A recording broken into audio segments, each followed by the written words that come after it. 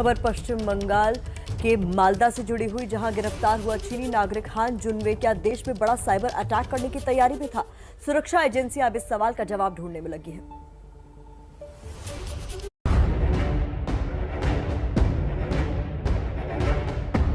क्या भारत के खिलाफ बड़ी साजिश रच रहा था हान जुनवे?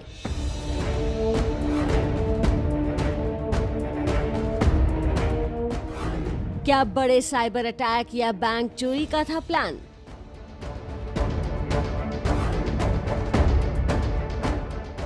दो सालों में 1300 भारतीय सिम कार्ड क्यों भेजे गए चीन? ये वो सारे सवाल हैं जिनके जवाब अब सुरक्षा एजेंसियां 10 जून को मालदा से गिरफ्तार चीनी नागरिक हान जुनवे से उगलवाना चाहती हैं।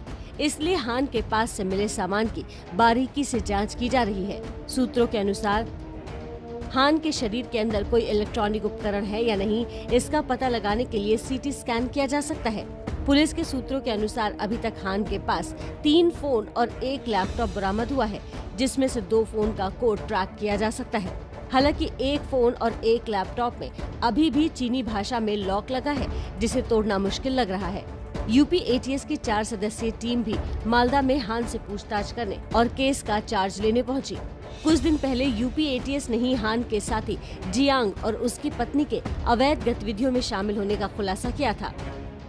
साइबर एक्सपर्ट्स की माने तो अब तक मिले सबूत इसी ओर इशारा कर रहे हैं कि हो सकता है हान बड़े साइबर हमले की तैयारी में था।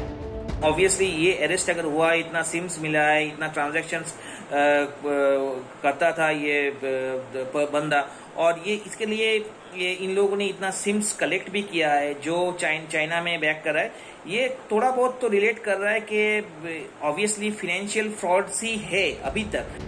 हान की नागरिकता से जुड़े जानकारियों का मीडिया में खुलासा होने पर चीन ने आपत्ति जताई है।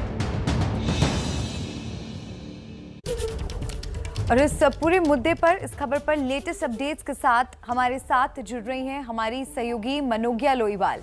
मनोज्ञा, ऐसी भी खबर है कि चीनी नागरिक के ठिकाने में कुछ महत्वपूर्ण विसंगतियां भी पाई गई हैं। वो विसंगतियां क्या है जिसकी पड़ताल जांच एजेंसियां कर रही हैं?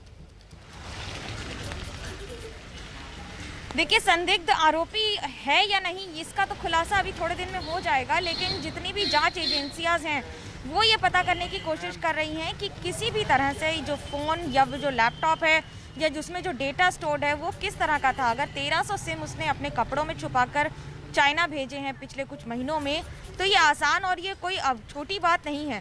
इन 1300 सिम का क्या काम था? क्या कोई साइबर अटैक प्लान हो रहा था? यदि ये सिर्फ एक व्यापारी है तो इसे ऐसे छुप कर आने की क्या ज़रूरत थी? वीज़ा लेकर भी रुक कर आ सकते थे, लेकिन ऐसा कुछ नहीं था। बांग्लादेश होकर भारत की सीमा में इस तरह से छुप के घुसना, जिसके बाद वो पकड़ा गया। हान जुनवे के ऊपर कई सवाल उठ रहे हैं और इन सवालों के जवाब अभी जांच एजेंसियां पता करने की कोशिश कर रही हैं। पहला ये कि ये लगातार झूठ बोल रहा है या फिर इसकी बातों में कुछ भी सच्चाई है।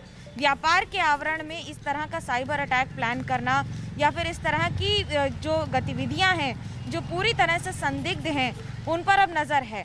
इसके बाद अब वेस्ट बंगाल एसटीएफ पूरी तरह से इसकी जांच करेगी। अभी तक मालदा डिस्ट्रिक्ट और बीएसएफ के हाथ में था, लेकिन 2 बातें जांच करने की और पता करने की कोशिश की जा रही है।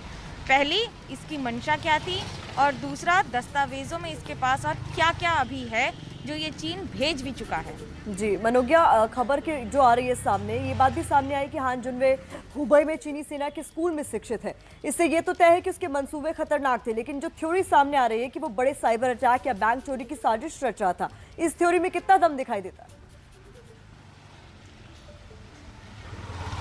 देखिए, प्राथमिक तौर पर ये हर जांच एजेंसी कह रही है कि ये कोई छोटा मोटा व्यक्ति नहीं है। पहला, इसकी जो स्कूलिंग हुई है वो एक चीनी मिलिट्री स्कूल में हुई है, वो भी उस डिस्ट्रिक्ट में जिसका कैपिटल यानी हुबेई प्रदेश में, जिसका कैपिटल, जिसकी राजधानी वुहान है।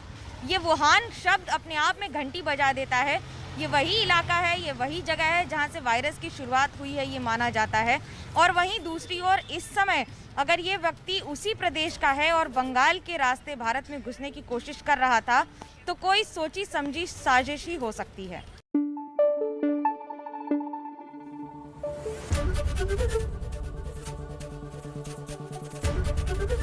एबीपी न्यूज़ आपको रखे आगे।